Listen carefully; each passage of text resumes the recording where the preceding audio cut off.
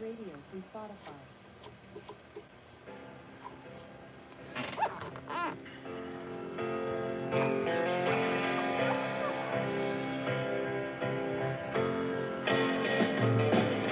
Slip inside the eye of your mind.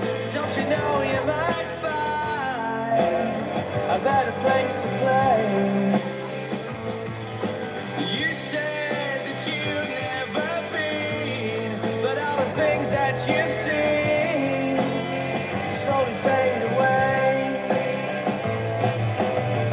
So I start a revolution from my bed. Cause you said the brains I had went to my head. Step outside, summertime's in bloom. Stand up beside the fireplace. Take that look from off your face. You ain't ever gonna burn my heart out.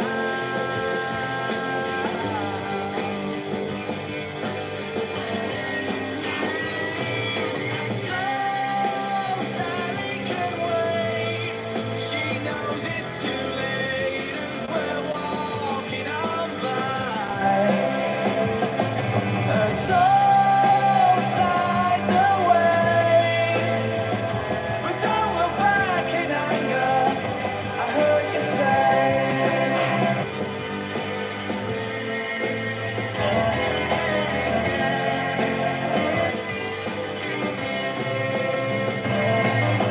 Take me to the place where you go, where nobody knows if it's not okay.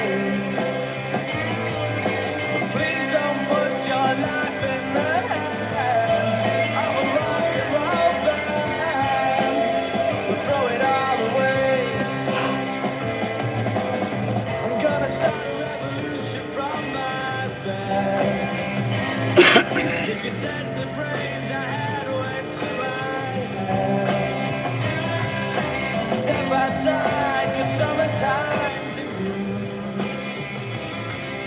Stand up beside the fireplace. Take that look from off your face. Cause you ain't ever gonna burn my heart out.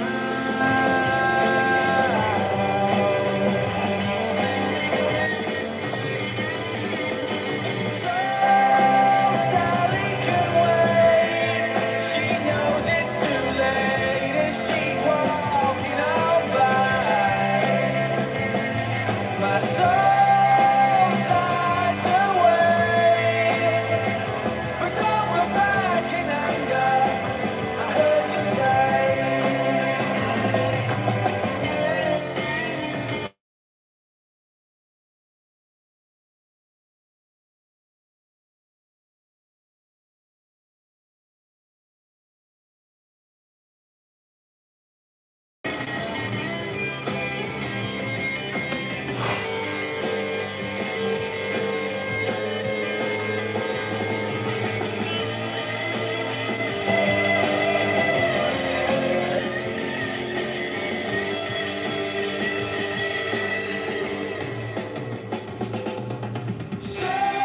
Wow.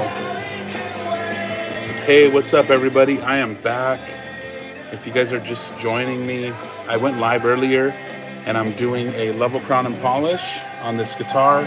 It's a Gibson ES335 and it's a beautiful, beautiful guitar.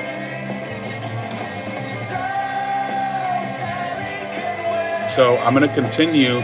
I'm smoothing out the frets right now, and you guys will see the end product.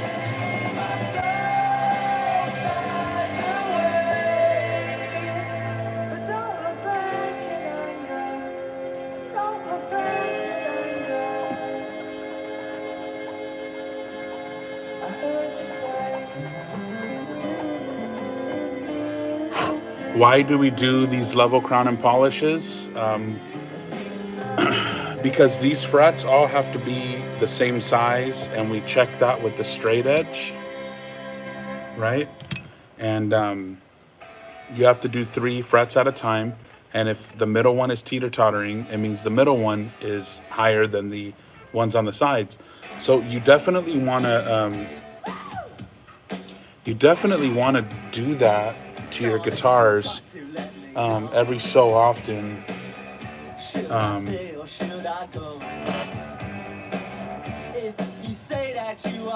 You'll save yourself a lot of trouble in the long run with dead frets, just so much other things. So definitely do that, and it'll be nice.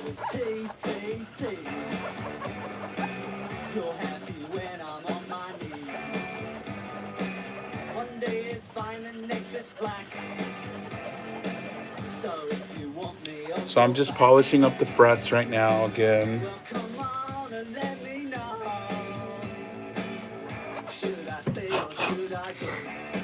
I'm polishing them with steel wool quadruple zero. I'm going to continue. These are all different grits, so I'm going to continue to sand these.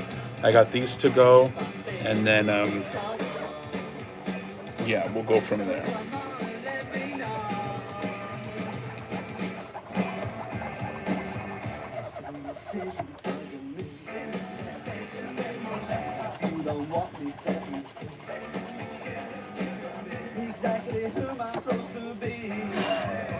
Just like that, we're going to continue with 400 grit.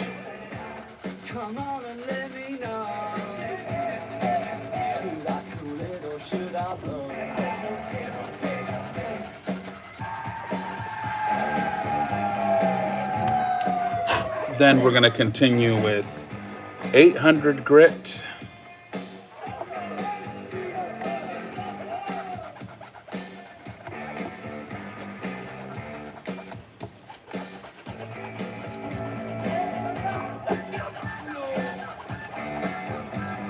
Just like that. And then 1200 grit.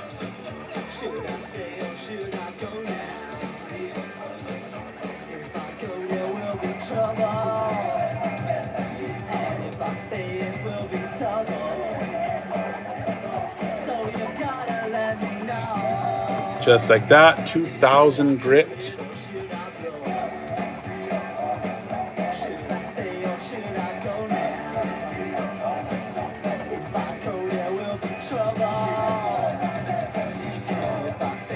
Just like that, guys. And then what we're going to do is take the steel wool quadruple zero for the final, shining. Polishing.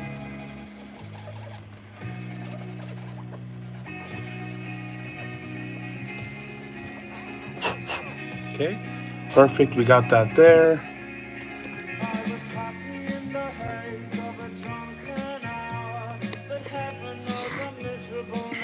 Okay, and then what we're gonna do is now I started at the 12th fret. I worked my way down. Now I'm gonna go to the other frets, so you'll start to see a little more there. And here I'm gonna speed up the process, so I'm gonna go 4 at a time. Just like that.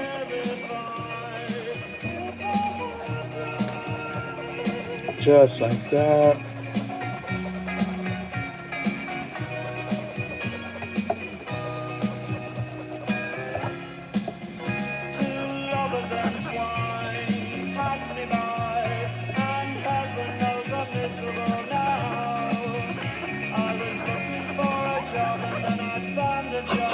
Okay, so we got that. 400 grit.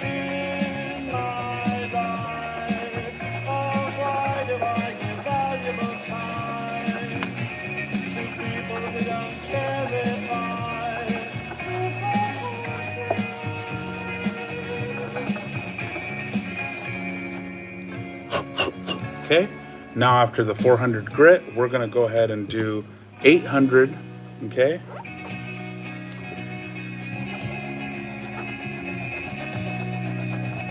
$800, and again, we're just smoothing out the frets.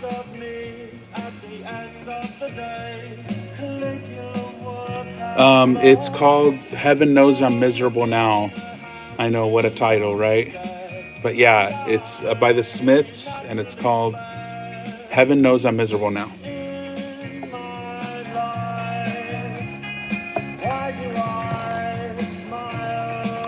Okay, so we're going 800 grit here.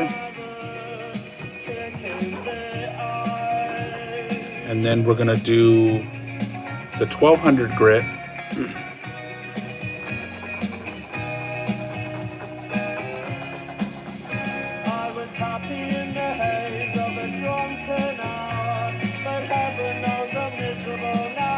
Just like that. And again, we're just smoothing out the frets.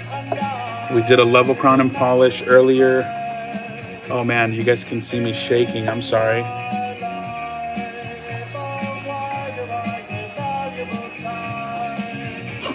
Okay, just like that. Then I'm gonna grab the 2000 grit and we're gonna go to town. This is the final step of the erasers. I'm so sorry, guys. Let me go a little slower so that you guys don't.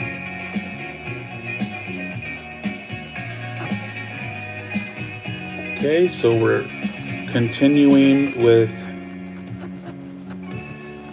the process of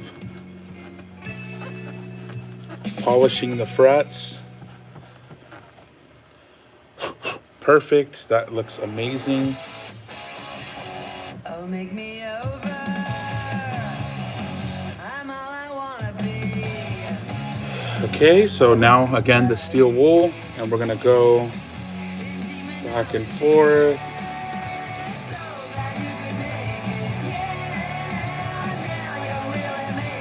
And I'm just polishing the frets again, and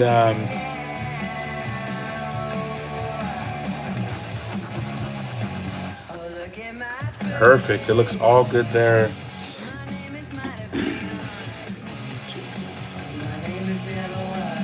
Okay, so I'm gonna continue.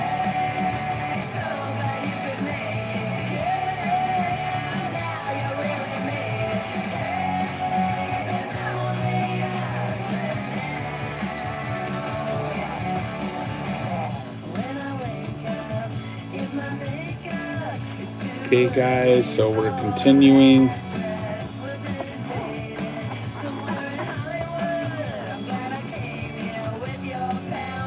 Just polishing the frets here.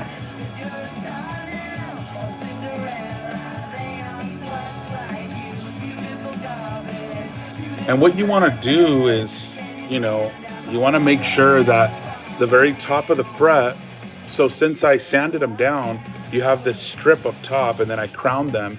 I got that strip as small as I could. And then now what we're doing is we're smoothing them out with these erasers from StuMac. They're different grits, and it makes it so much easier when you're doing this process. So let me go ahead and continue.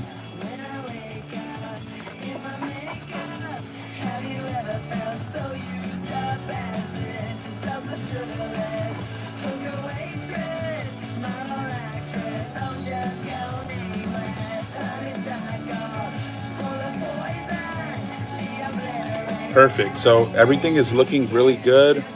I'm gonna go to this grit again. So it's kind of like rinse and repeat, you know what I mean? So you kind of want to just keep going.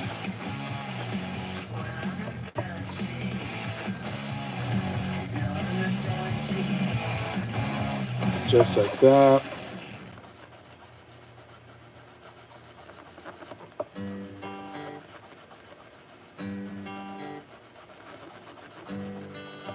Okay.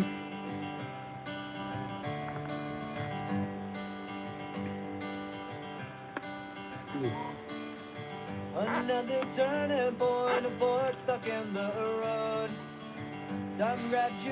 Okay, so we're continuing again to smoothen these frets out after doing the level crown and polish, and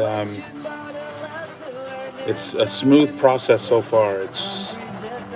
It's been pretty simple because we didn't have to shave down too much of the fret, so it's all good. You know what I mean? Hey, hello. So take the photographs and still frames in your mind. Okay, so we got that. Hang it on a shelf in good health and good And then we're going up to 2000 grit. to some memories and asking on trial. For what it's worth, it was worth all the while. It's something unpredictable, but in the end it's right. I hope you had the time of your life.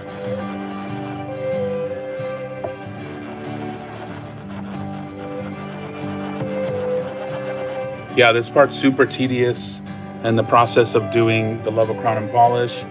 Now, again, the steel wool, and I'm just, this is a finer grit than the 2000, so it really makes it shine, you know. It's something unpredictable, but in the end it's right. I hope you had the time of your life. Okay, so we got that there. Everything looks solid. Everything looks good. I got 3 frets left.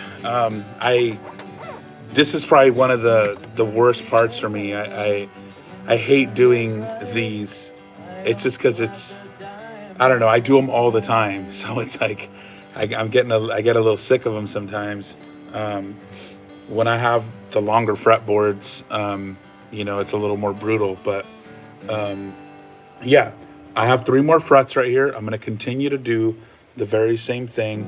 We're at 220 grit, and it is the roughest grit. You know, the lower you go on grits, you know, the harder it is. So the more rougher it is.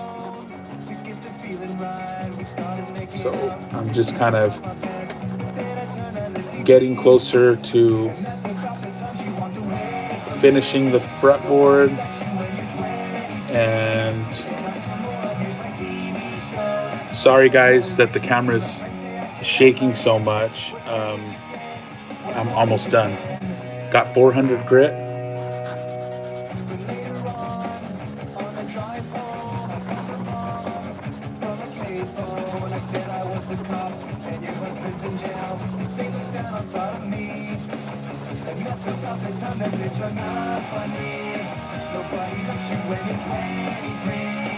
Okay, so we got that there. See, sometimes, like, you really want to pay attention to how much roughness you have here. Okay, so I'm gonna go back and hit it with the 220.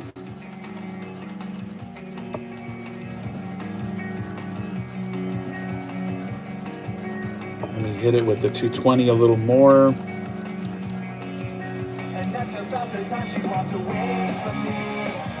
I'm gonna hit it with the 400 again, just kind of go back. The 400 really takes off a lot. I mean, it seems a little more rougher than the 220. It's kind of weird.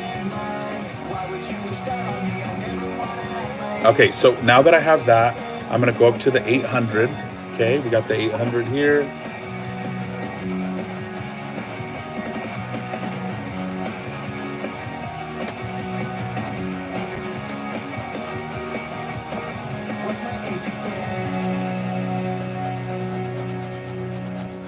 Okay, after the 800, we're gonna go to the 1200.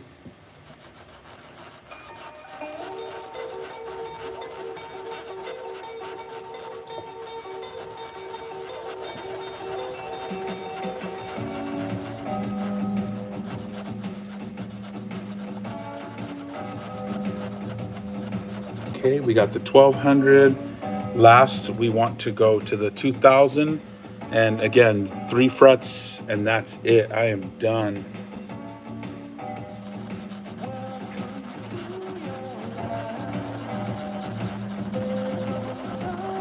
Okay, so again, guys, I'm sorry I'm shaking so much, but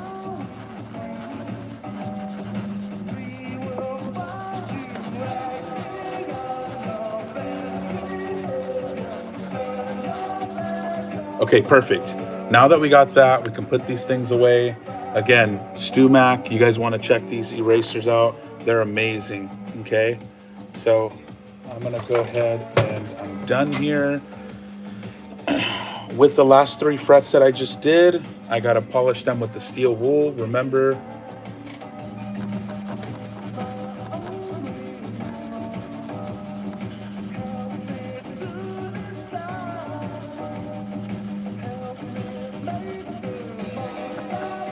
Okay, just like that. I'm just gonna go down the whole fretboard just to kind of give it one more wipe down.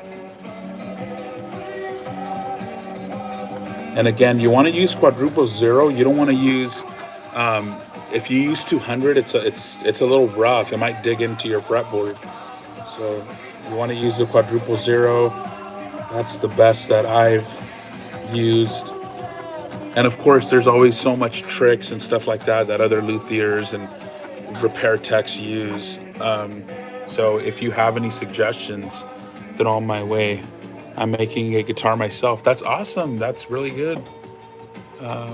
You're making a guitar yourself. That's really good. Did you buy like a kit, or are you making everything from scratch? I need help with wiring though.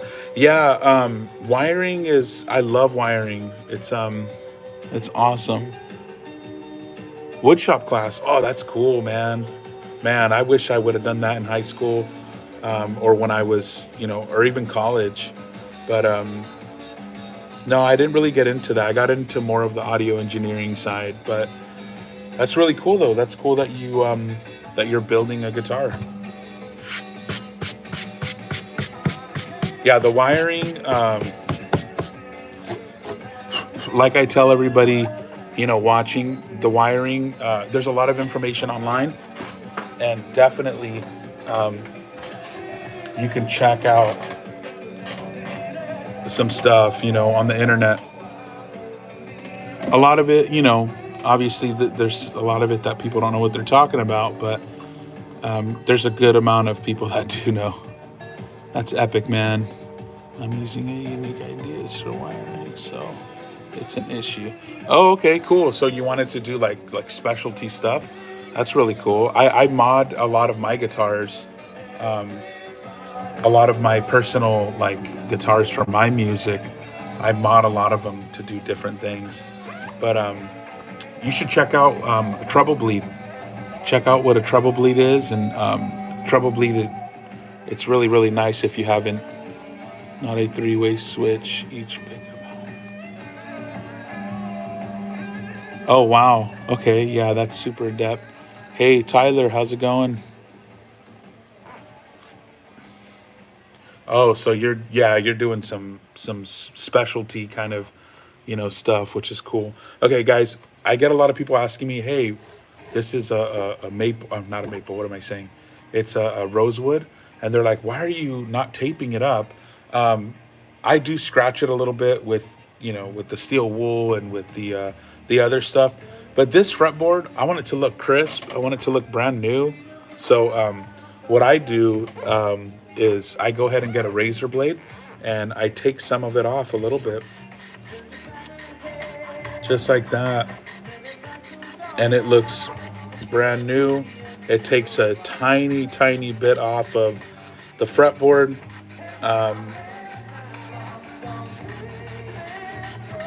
Especially when people have a lot of finger cheese built up right here, that's when you really want to do this.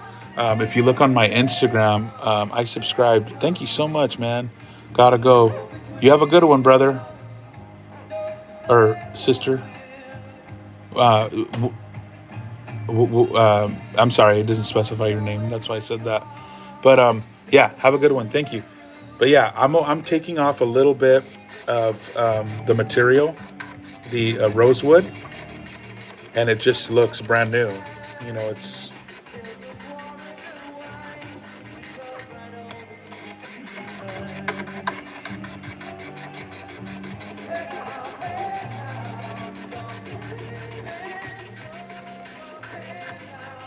So you see that there?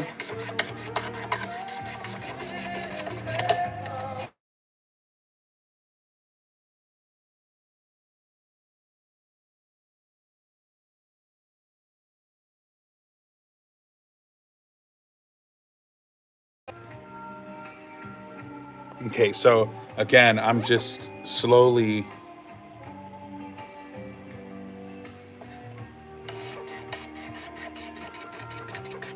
just taking off a tiny bit of the material. You can tell this board, I mean, it's not completely dry. It was a little dry, and you know, it got a little darker. But when we put the oil on right now, it's gonna be good.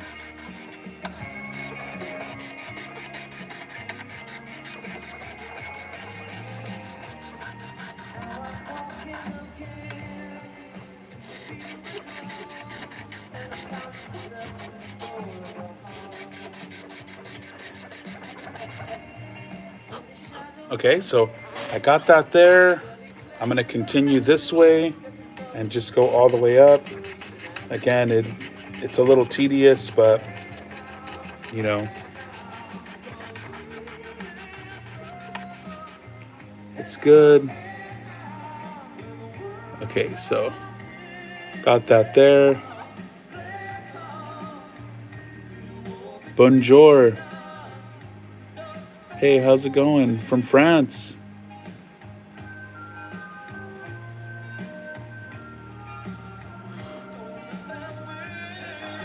Even in my streams. That's cool. Okay, so I'm gonna continue. You guys could see that I am again just taking off a little material with the razor blade. When you really start seeing, like, people do have like this gunk piled up, and it's kind of gross. I usually use gloves, but this thing is so clean you can eat off of it. So I you know, it's pretty much a brand new guitar, but just to make it look pretty and nice, you know, I'm doing this.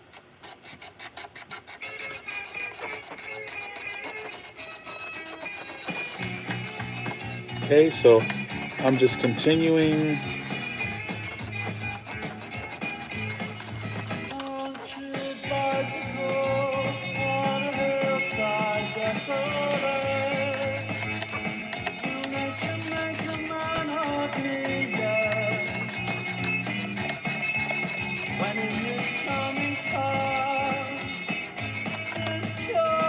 Okay, just like that.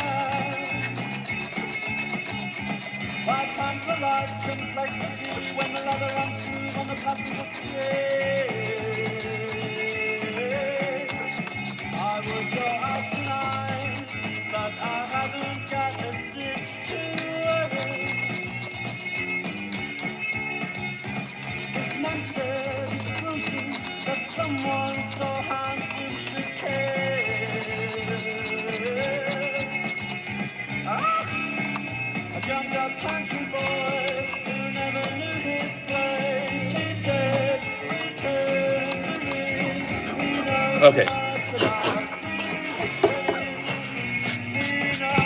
So what I like to use is, hey, how's it going? So what I use is, you see how I told you this brush right here? It's like that brass. They have like a wire wheel kind of brush too. These are little metal pieces. You do not want to rub this on the fretboard. So I have this one that's like plastic. And what I like to do is I literally just go like that. Just so that no little pieces are stuck.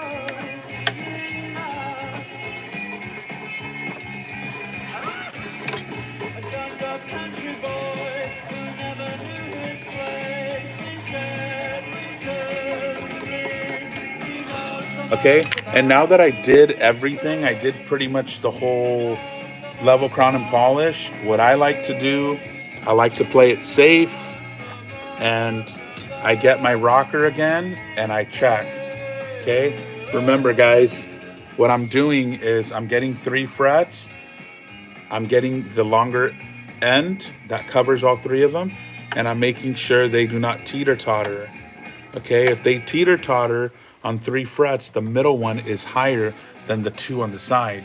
You do not want that, okay? So I'm gonna go ahead and this tool right here from StewMac, it has different angles so that you can cover different spots. So if I keep going up, the frets get closer together, and with this edge, I got like 4 or 5 frets. You can't do that, okay? So let me see. I'm gonna go ahead and again, I'm checking the side, I'm checking the middle, and I'm checking the other side. The reason why I do that is because sometimes the frets can be, a fret could be lifted from one side. I've seen that happen. It could be lifted from the middle. It's definitely, it happens. So let me check over here.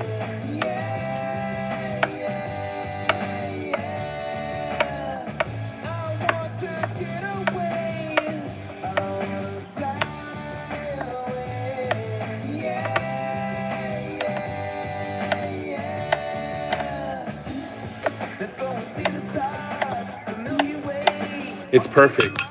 There's no teeter-tottering. And before, I had spots everywhere all over the fretboard. So that's a really, really good sign. What kind of guitar is this? This is a Gibson ES335. You can check it out right here. It's a hollow body or semi-hollow. It has that middle channel,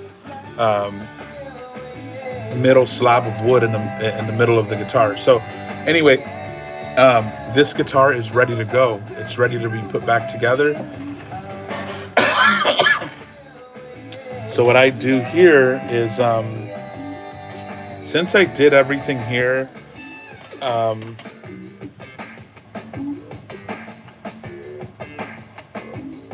there is an extra step, and I'll show you guys because it's really valuable. If you guys are doing this kind of work, you can get a Dremel, and then you can get a little buffer wheel, and that little buffer wheel, you can go ahead and buffer it. For the sake of time, I'm gonna use a rag.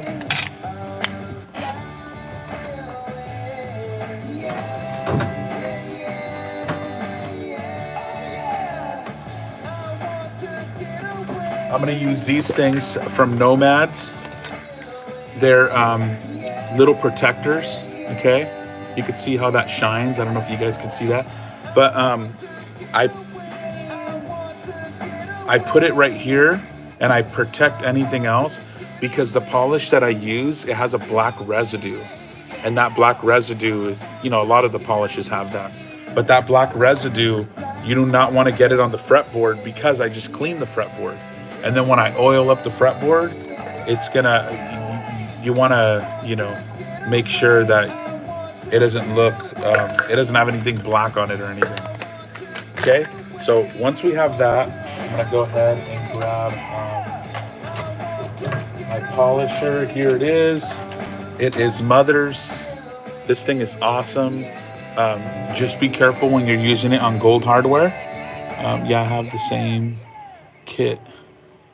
It's great for fret polish. Yes, it is. It's cool. Nomads. I didn't know they were a Guitar Center brand until I started, when I worked there. We got killer deals on anything Nomads. So, yeah.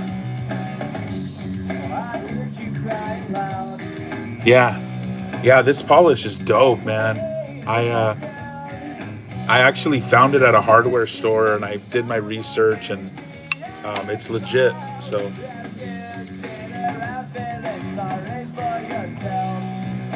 okay, so I'm just doing this really, really fast, but it's effective, and a little goes a long way.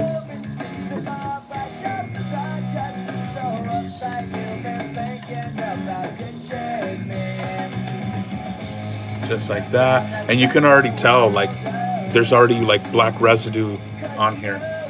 If you use the Dremel and you use the wire, not the wire wheel, what am I saying? The Ever try fast fret? Yes, yeah, that's funny. That reminds me of when I first started playing. I used to use that stuff. Um, it's cool, man. I mean, everybody has, you know, there's so many products that are good. Some of them that I'm not a fan of, but doesn't mean, people are, you shouldn't use it. Um, but yeah, fast fret. Fast fret is cool. I like it. It reminds me of when I first started playing. Um, but see, I'm just rubbing this stuff in it, and it's just doing its magic. And gosh, these frets look amazing.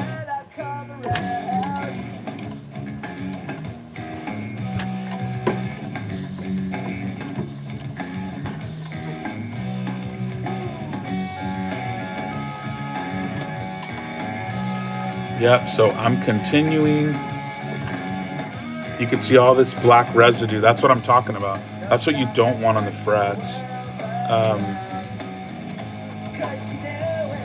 And when you use the buffing wheel with the Dremel, you have to do it kind of fast. There's people that do it real fast. I usually use that, but if you don't have a Dremel and you're just trying to get your frets polished, this is a cool way to do it too. Again, if you don't have a Dremel and you just want to polish your stuff. Yeah, so these frets are just amazing. They look so good.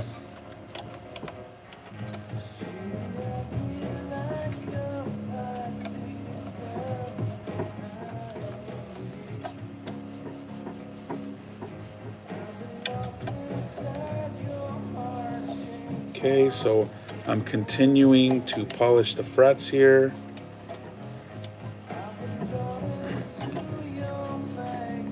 Again, I'm just kind of perfect. So everything looks amazing. Okay, so I'm gonna go ahead and put this stuff away. Kind of clean as you go. I know it's super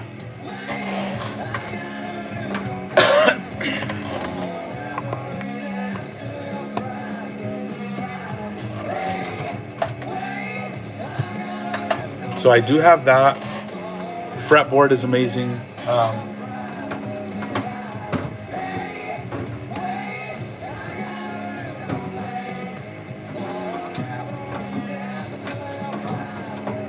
All right, guys, I have these two. This is lemon oil. That's for the fretboard. This is cool. I know a lot of people that don't like to use this. This is my favorite. This is Guitar Honey. I love this stuff. It's amazing. They sell it at Guitar Center. I use this. I still have the lemon oil. It's, to me, it's not bad, but there's people that just do not like it at all. But I think it's amazing. So I kind of drench it. I know I put a lot, but I want this board to kind of soak,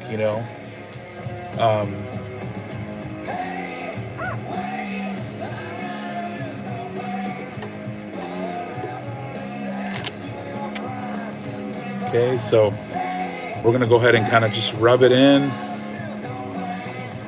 And I'm using another part of the rag, so you're not getting, polish on there.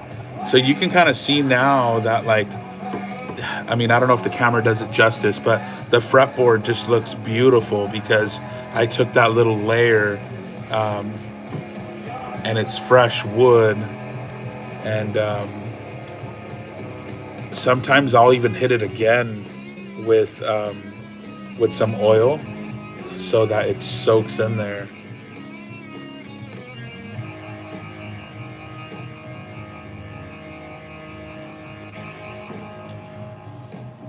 Yeah, so it's in there, but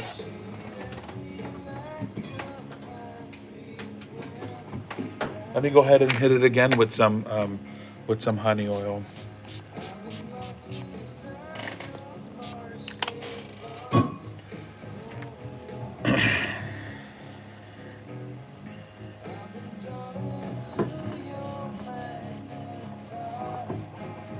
Yep. So we're just kind of revving it in here.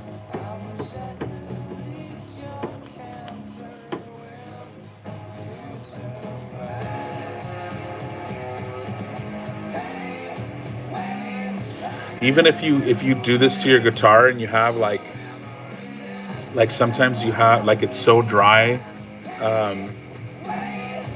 yeah, see now it looks more moisturized when I did that second coat.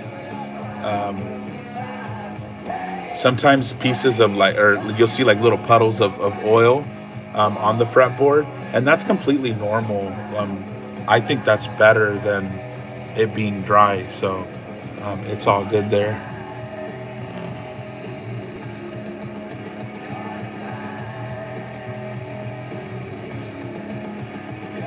Argentina, mucho gusto. Muchas gracias. Dario, muchas gracias. Does it smell better than lemon oil? You know what? Lemon oil smells good, but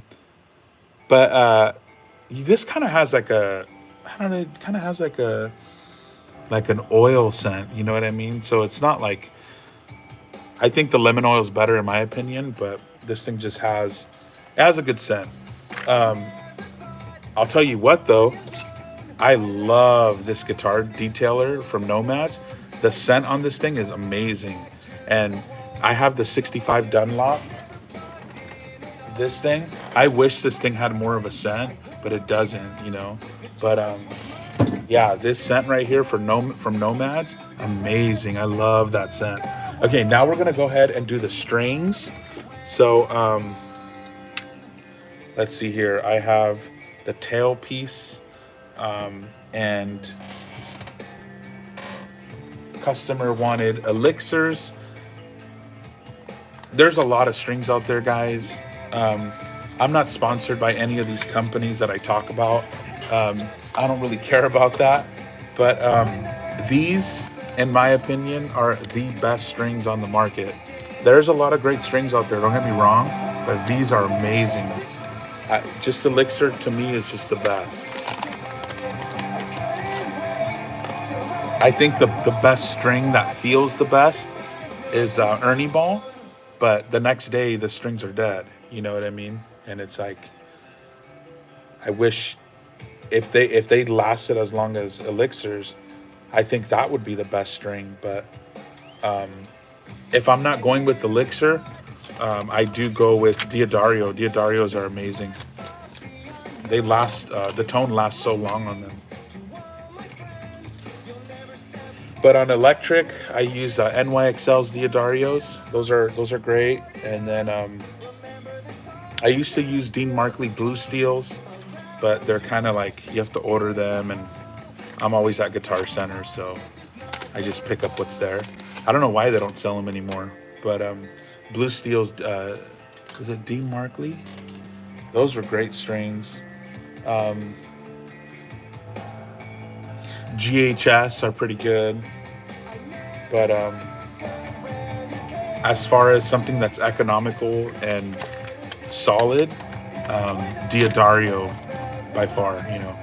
But if you want premium strings, you go here, man, because these strings are the best. And those are elixirs. On acoustic, I use nothing but elixirs.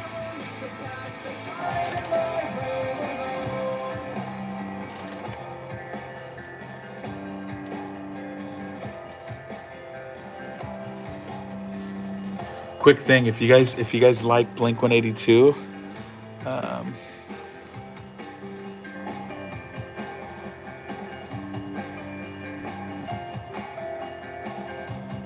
Henry DiMarzio factory, I mean, there's definitely difference in quality.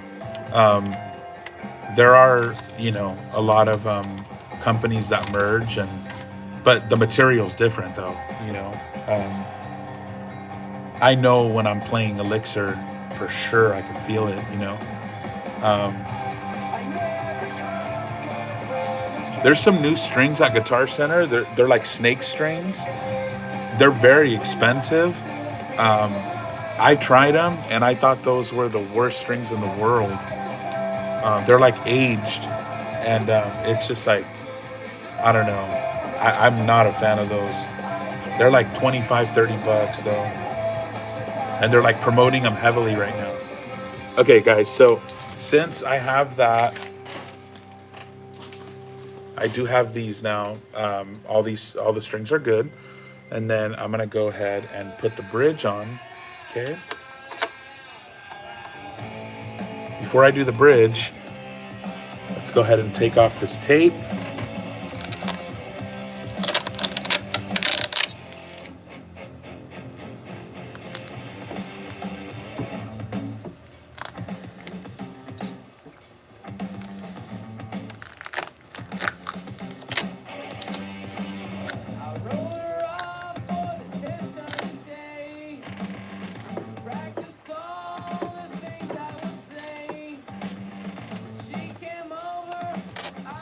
Okay, we got that tape off.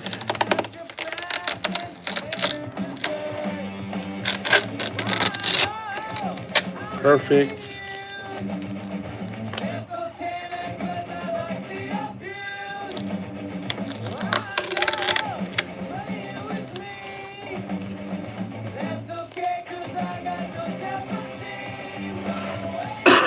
All right. I'm always going for Ernie's.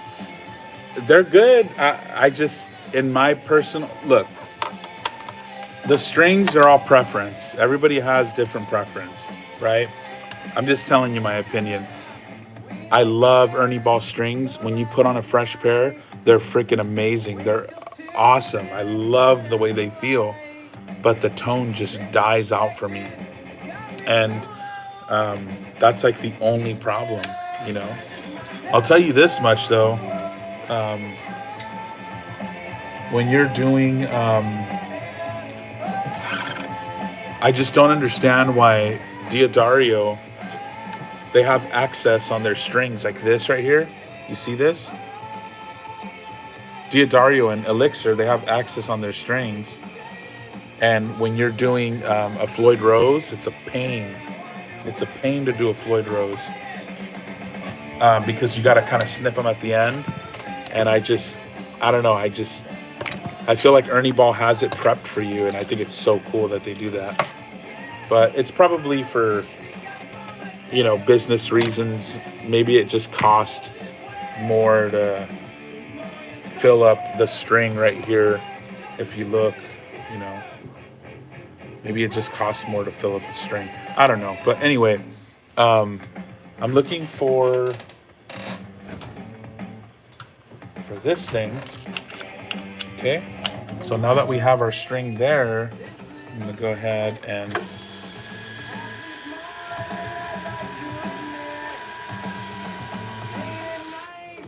ooh.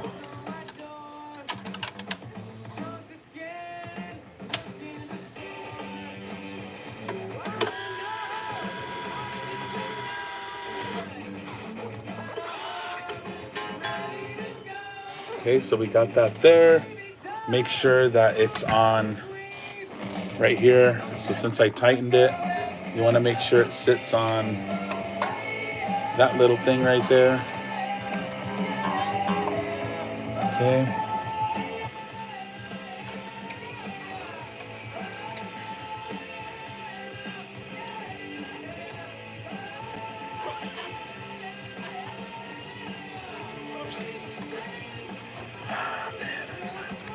Okay, grab that.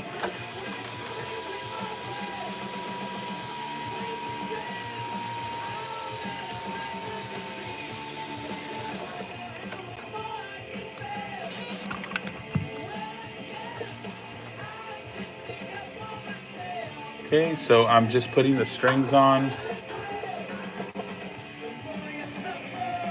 Let's see.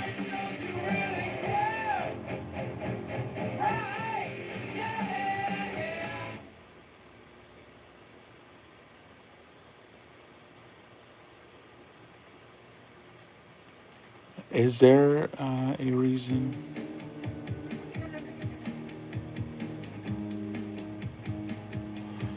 Um, if you're talking about on the Ernie balls, um, see, people do it so different. Like if it on the Ernie balls, since it has like this access string, I would snip it right here and then put that on the other side, because I feel like, and again, it's all preference. I feel like the Ernie ball, if you clip the ball, you're kind of like you're clipping the part where it's like it's tight. So you don't want the string to come off. Like you don't want the string to like unravel, you know what I mean? So that's why I don't do it that way. But again, it's all preference. Damn it, this thing died. Damn it.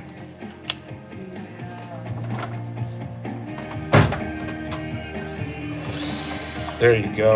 This little guy. This is a cool little Ryobi thing. Push the button, becomes a gun. It's not as fast as a DeWalt though,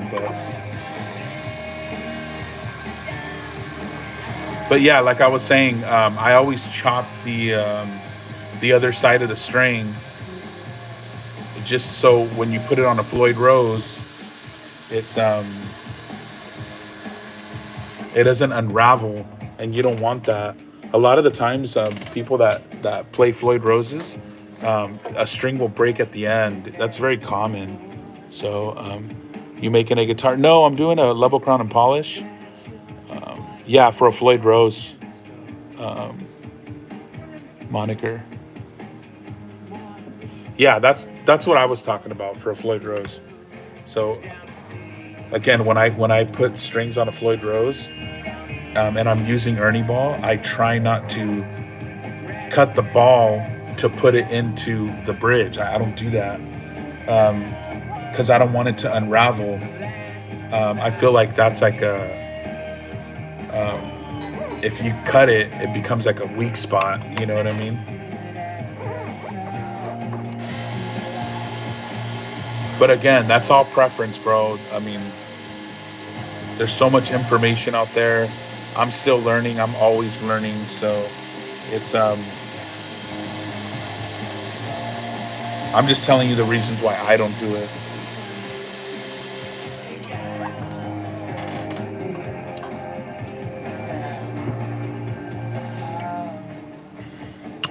Yeah, no, I'm not making a guitar. I'm doing this guitar for a customer. They bought a brand new Gibson, and it had there were high spots and low spots all over the fretboard. So I'm just doing a level crown and polish just for everything to be solid. He can get the lowest action possible, and that's why he wanted me to do this.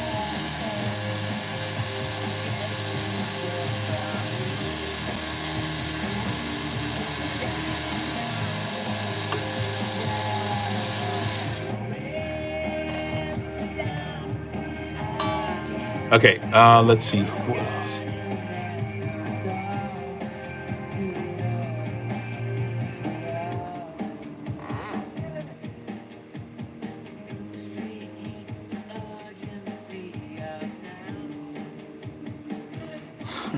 You gotta find a hex wrench. Yeah, those are sick guitars, man. I love the Kramers, the old school ones though. Like if you have a legit 80s Kramer, those things are awesome, man. That's a freaking workhorse. The new ones are kind of, they're super cheesy. I actually had a remake, the 1984 reissue.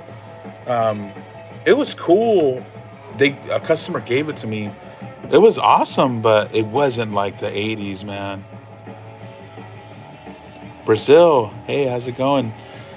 Yeah, it wasn't like the 1980s Kramer that I know. Those things are built different, They just don't build stuff like that anymore. Unless you get a Kiesel. Kiesels are great.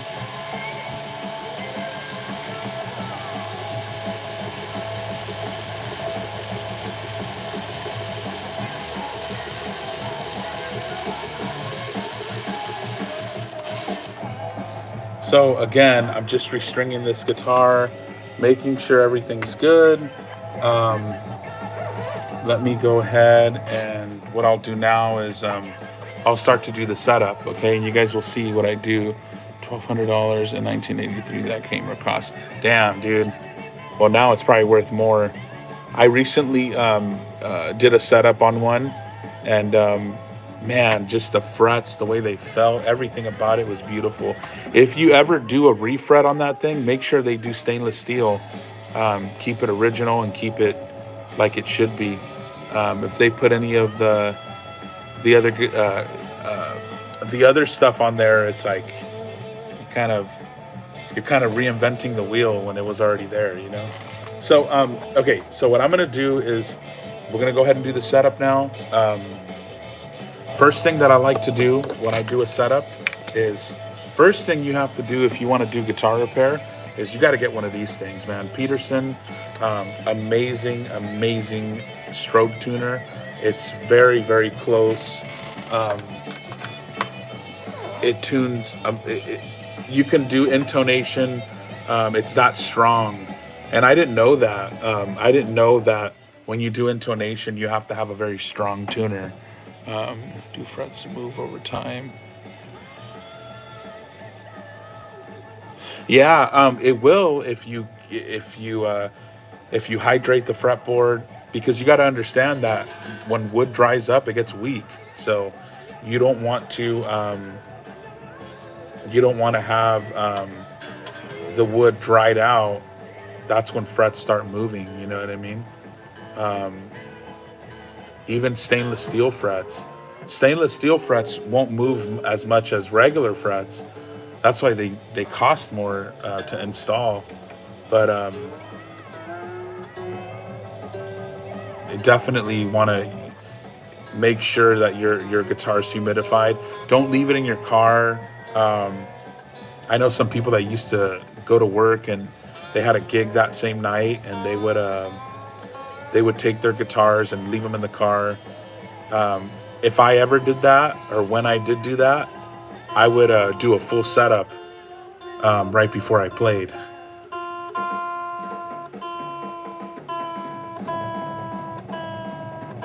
Okay, guys, so let's see.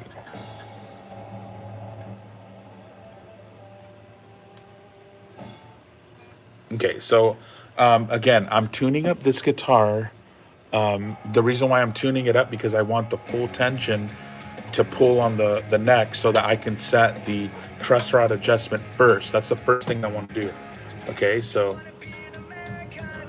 let's see. So you want it to be full. You want the full tension on there. Okay. I'll tell you one thing that I hate. I just can't stand it. On the Fender guitars, the vintage ones, to get to the truss rod, the vintage ones, you have to take off the neck, and there's literally a hex like right here, or not a hex, a Phillips like bolt there or screw, so that you can do intonation. That's ridiculous, man. That's like, I hate working on those things. Yeah, those things are super tedious because you can't really do intonation. You have to take the whole thing off, and it's just very, very bad way of doing it. And I know they still make them like that because they want to keep it original, but it's like that's ridiculous. All right, guys, so now that I did that, I have it tuned. I want to get out my little kit here. This thing right here, I like the Nomad stuff too. I use this for my truss rod. I pull out the 0.006. You can do filler gauges too. Those ones work just as good. And you know what? There's one thing that I have to get. Give me 1 second, guys.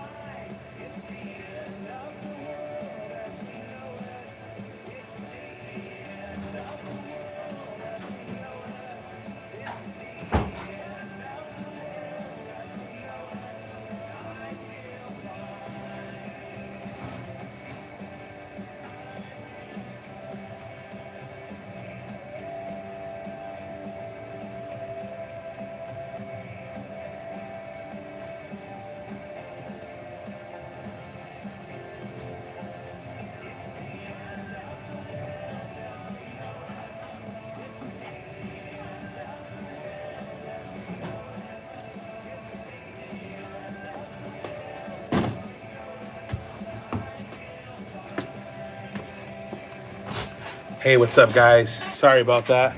Um, yeah, so was that Fender brand?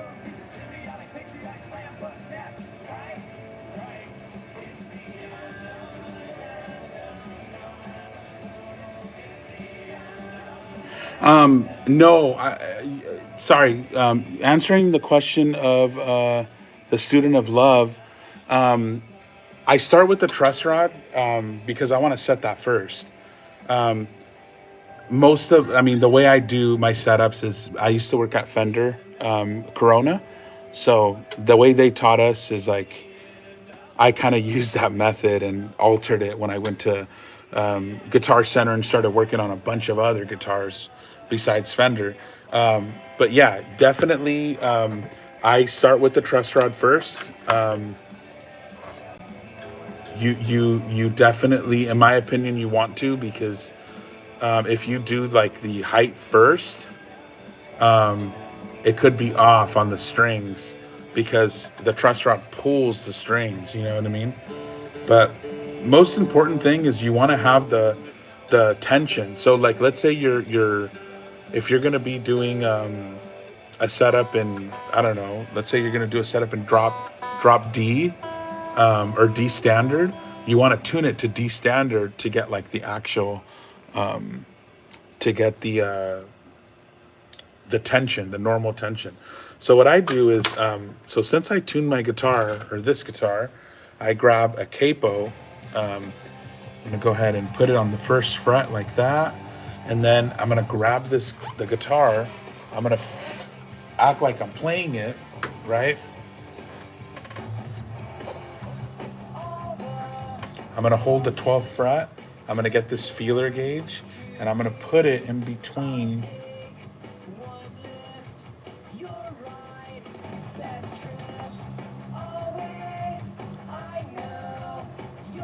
I'm gonna put it in between the 5th fret, and it literally has to like barely be snugged. Like it's crazy when and some of you guys know this because I always talk about like how I started it, like doing setups and stuff. But when I started working at Fender. That's where I learned everything. And I was a tune tester, so I would set up the guitars that are going and that are going to be packaged in a box and sent out. I was like the final step. Well, you had QC, and if it was a hair off, they send that guitar all the way back to you, and you have to rework on that guitar. So I'm not that tedious. I mean, that was Fender QC, and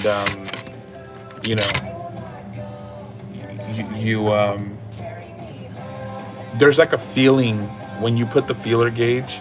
It's like more of a feeling. It's weird.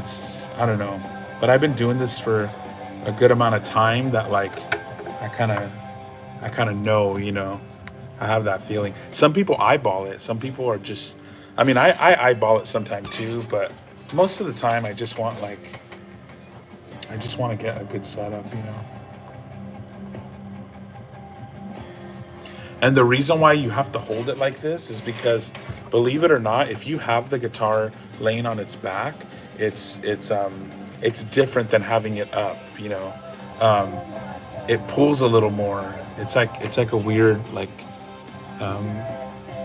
physics thing that happens. Another thing too is if you're doing any type of string tension or anything, and you have it like on a cradle, like a neck cradle, like this. If you have the guitar like that, it's also like pulling down. So you don't, when you're doing anything with any of the setup, never have it on there like that. I don't. So I'm not too tedious with stuff like that, but some people I actually worked with somebody that they would eyeball everything. And don't get me wrong, his setups were good, but it's like I think the best type of setup is everyone's different, so the customer that you're working with, you definitely want to you want to know what they like, you know. I mean, I had a guy that liked high action. The action was like freaking half an inch, and he loved that. And you can't argue with that, you know what I mean? So, okay, so now that I have that, I have the truss rod set. I'm gonna go ahead and set the action. Now, this thing right here is my baby. I got it at, it was given to me at Guitar Center, and I measure with 30 seconds. Some people measure with 64ths. They measure millimeters. I do 30 seconds. That's the way I was taught, and that's the way that works for me. But this ruler right here is freaking awesome. It's huge, and you know, it's accurate. I don't even know if you guys can see that, but I've done probably about 1,000 setups with this thing. I've done a lot of work with this ruler here. So super glad to still have it. So I tilt this here like that. Again, I still have that capo on the first fret. So if you guys could see right there, it's still on the first fret. And then I go right here, I go to the very last 2 frets. And since this guitar, the bridge is like, it's a one piece, right? Usually with like Fender, you have individual saddles, and you have to individually do those. And there's a different method for that. But,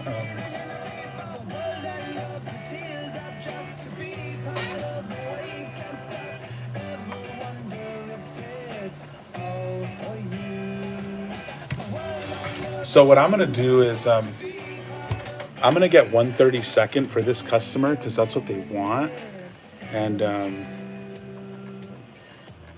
that's what they want. So I'm gonna get them that as close as I can, just so that they can be satisfied with the action.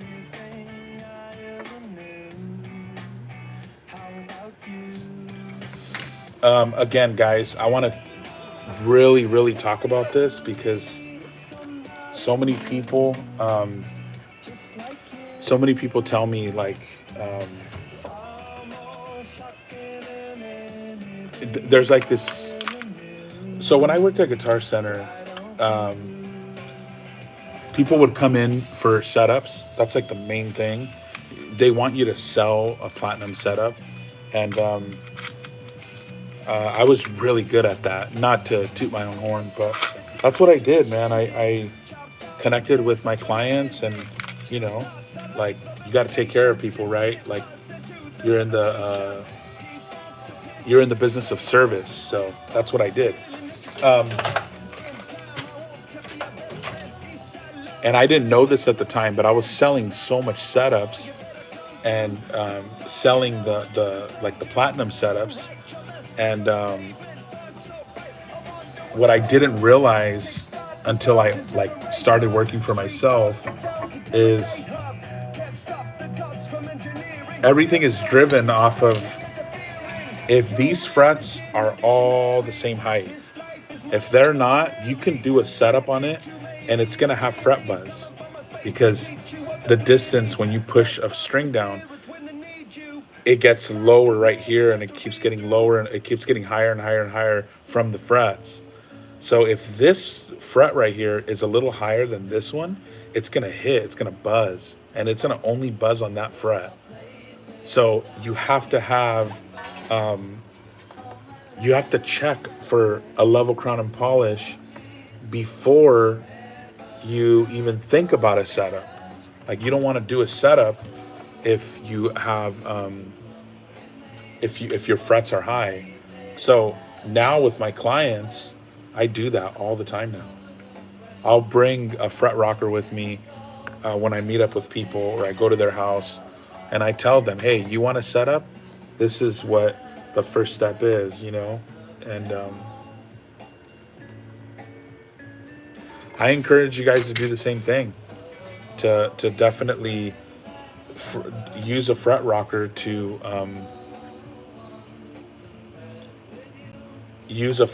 to make sure that you're getting you're selling the right service.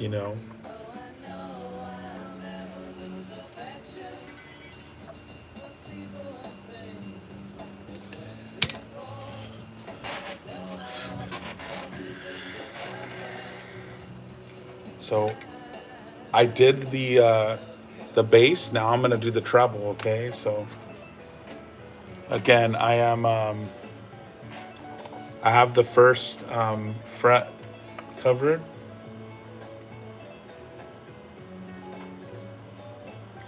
and the treble side is the treble side is too low. So what I'm gonna do is I'm gonna raise it just a little bit. And again, I'm getting 1/32 on each string. Hey, babe, you good? Yeah. The lady doesn't have fucking insurance. Oh, hell no.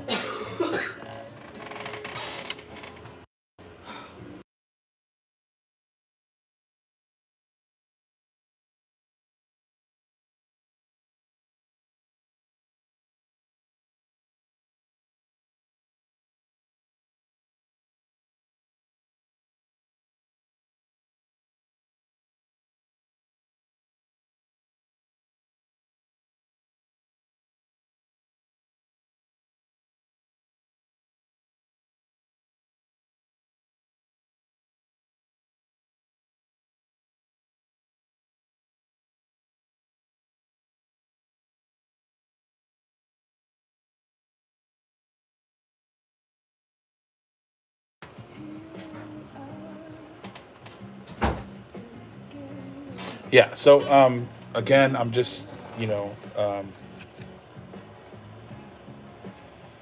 getting this one a little bit higher.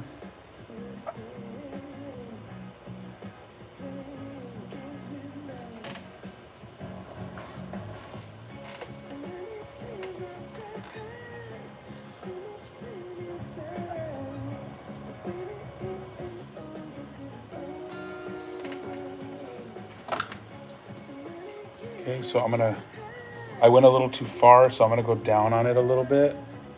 Bam, just like that.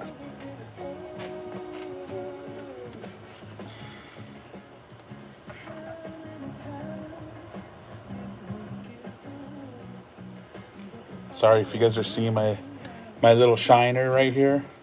Yeah, I know I'm losing it. Honestly, I think I started losing my hair after COVID, like serious.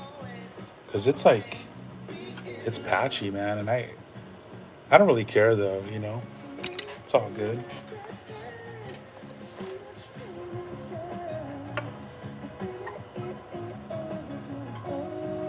Okay, perfect.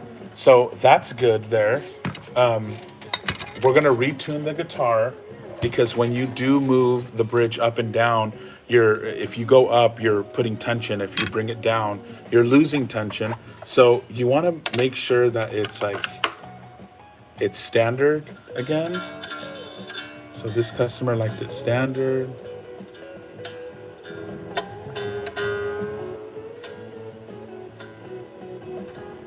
Okay, and then we check for buzzing.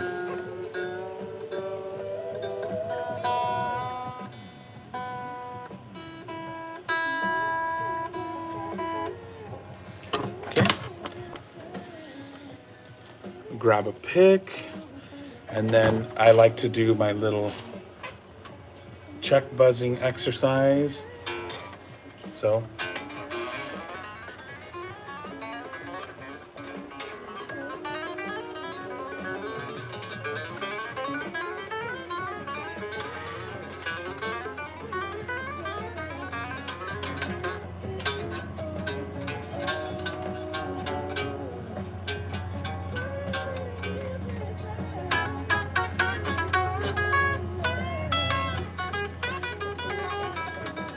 you also want to check this too.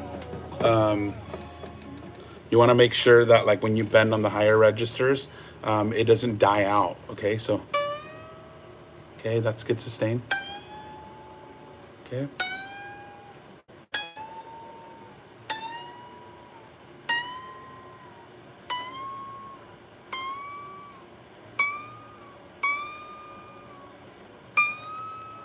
And it's good. Sometimes I have these sausages, so sometimes when I'm bending, like it'll get caught on the other, fret. So I always try to.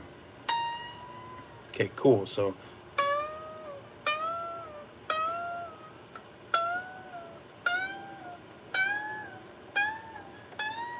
it's good. It's solid.